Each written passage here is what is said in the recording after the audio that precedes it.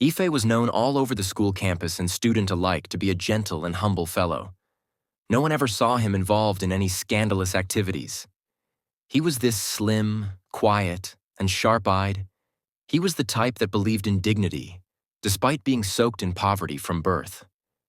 He was a student at UNIBEN, studying engineering, and doing POS runs and part-time tutoring to survive. But amidst all his struggles, there was Tari, the light in his dark world. Tari was soft-spoken, light-skinned, with the kind of beauty that drew attention even in crowded marketplaces. They had been dating since 100 level, and though Ife was broke, he loved her fiercely and purely. Although he had little, but there was nothing he wouldn't readily do for her if he could afford it. He always went out of his way for her. He once sent money to her for her upkeep despite being very ill. Because of the way he loved her, most of his friends withdrew their support for their relationship for this same reason. They felt she must have used juju on him. Everything was going on fine and well in their relationship. Their love and show of public affection was admired in the school until K-Money came into the picture. K-Money, short for Kelvin, was a notorious Yahoo boy in the city. Everyone knew him. He drove a Benz GLE 43 coupe, wore diamond grills, and never stepped out without his Cartier shades.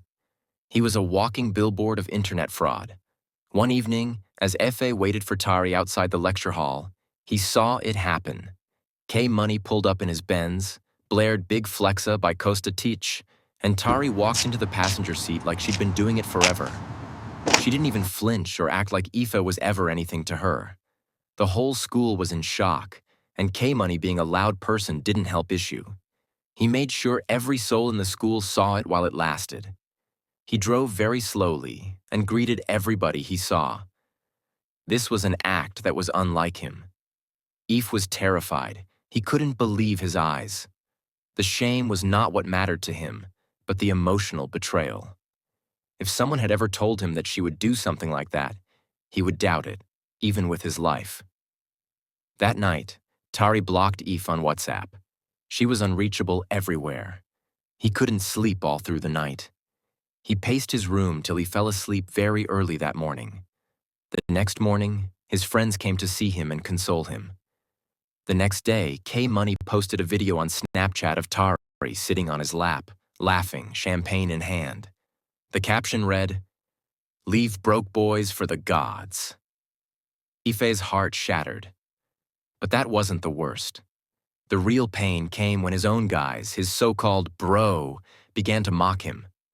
Guy na so woman de do ooh, no be love, na alert, you too de form morals. See where land you Ife cracked. This further broke him. As if Tari's betrayal was not enough, the insults that came as encouragement from his friends further made it worse. His mind ran riot of what to do. Forex trading came up in his mind, but the finance to start it wasn't there. For weeks, he tried to join Yahoo. He met with small boys who taught him G-work and PayPal scamming. But money no come. Weeks turned to months. His laptop crashed, his data finished. Hope faded. He was back to square one. The news of Tari almost everywhere further broke him. It wasn't about getting Tari back now. It was about proving a point. It was about being a man that bounced back and triumphed. Desperate and broken, he went to see Okhimamwen, a native doctor in Ugbowo known for handling digital wealth with spiritual back-end. He had always heard about him. He knew there would be consistency, and he didn't care anymore. Okhimamwen looked at him with tired eyes. "You want to join them, Abi? But you want it fast?" "Yes, Baba," Ife replied. "I want them to kneel before me." The ritual was called Ogbanje Swap.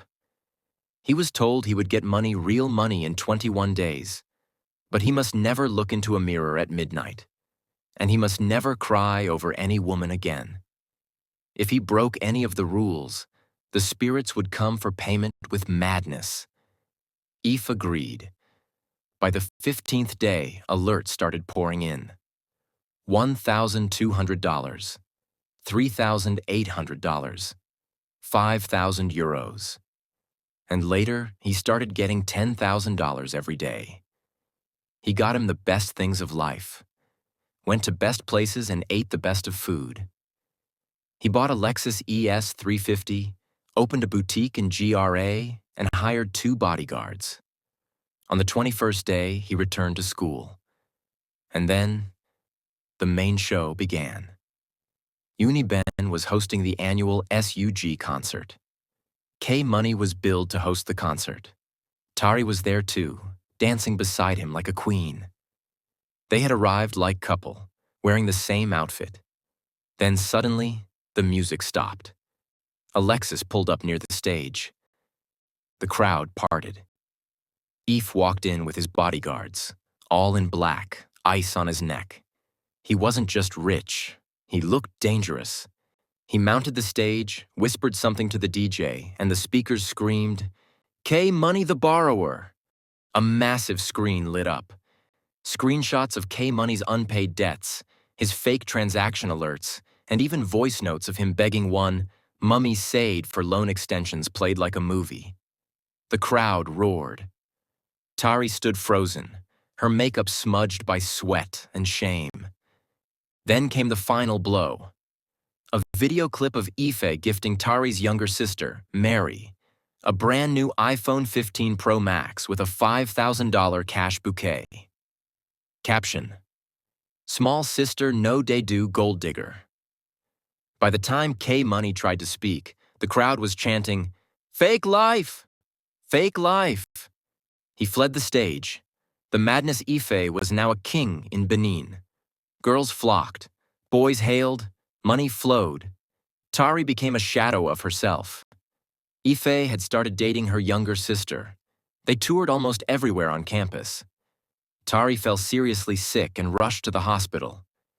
When she got better and was frantically looking for a way to pay the hospital bill, they informed her that her younger sister had taken care of the bill. Seeing her sister sitting on her throne was a more bitter pill to swallow for her. She cut ties with K-Money. Eve stayed away from her and even denied her access to him. All her pleas became annoying to him. He was restless, and she was the cause of it all. He was seen and hailed everywhere in the school as a big boy, but at night, he hears whispers. 8 months later, he started getting used to the whispers and voices he hears. The Baba had told him that he had nothing to worry about, and that those voices are spirits there to bring him wealth. He flaunts Mary and takes her to trips abroad, but he never touched her. One night she wanted to force herself on him, but he stood his ground. He told her that a part of him doesn't feel right about it and that he loved Tari too much to touch her sister. She told him how good a man he is, and that for that, she envied her sister. She agreed not to tell Tari about it, despite the hate Tari has for her. She knew her sister is a gold digger, and Ife deserved better. Ife bought land and houses in her name. Just few weeks later, things started becoming worse for her. It started as faint laughter in his ears, then shadows moving in his mirror. One night, at exactly 12:03 a.m., he forgot the rule. He looked in the mirror, trying to adjust his durag. The glass cracked, blood spilled from his nose, and the voice whispered, "Payment is due." That word became worrying to him. He went to see Baba very early that day. Baba told him there was nothing he could do, and that he was warned. When Eve got home, he sat Mary down and told her about everything that happened. It was a huge shock to her, and she took it in good faith. Eve transferred every wealth he had to her and hugged her tightly. He knew what was coming. Mary made up her mind to stand by him no matter what happens. Days later, he started talking to himself.